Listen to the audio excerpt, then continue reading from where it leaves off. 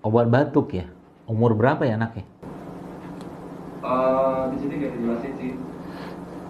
Ya tergantung sih, kalau mungkin batuknya batuk apa tuh namanya, batuk kering gitu ya biasa. Kalau saya sih ya, pengalaman saya tuh saya kasih itu jeruk nipis, madu sama sedikit garam gitu kan.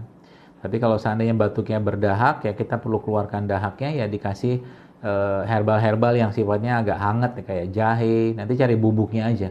Ya bubuk jahe nggak usah banyak-banyak kan panas tuh, jahe mungkin atau cengkeh ya, atau mungkin serai itu juga bisa. Atau nanti cari kalau memang anak tuh bisa minum dalam bentuk minuman ya alhamdulillah. Tapi kalau tidak nanti coba dibikin puyer aja, puyer dalam bentuk bubuk. Nanti cari kapsul jahe, kapsul apa gitu kan yang herbal-herbal hangat, itu insya Allah akan membantu kalau batuk ya, seperti